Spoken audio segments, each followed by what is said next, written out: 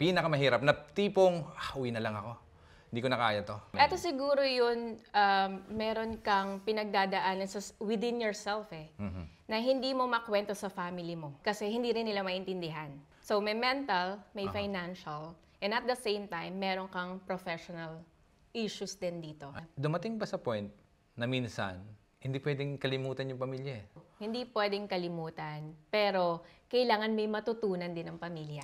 Yung kultura sa atin, very family-centered eh. Yeah. Parang hindi mo itatouch yung family mo or else.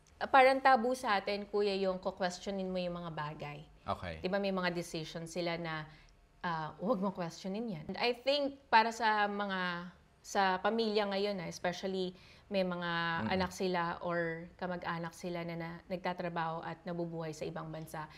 Ibahin nila yung expectations nila na kami na nandito, marami kaming pera or nakukuha lang namin yung pera sa daan. Hindi ganun eh. And you're at the place where you don't know what you're doing in life or you think that you're lost. Don't be hard on yourself. Take it easy, take a deep breath, and wag mong saktan yung sarili mo. Be compassionate about yourself.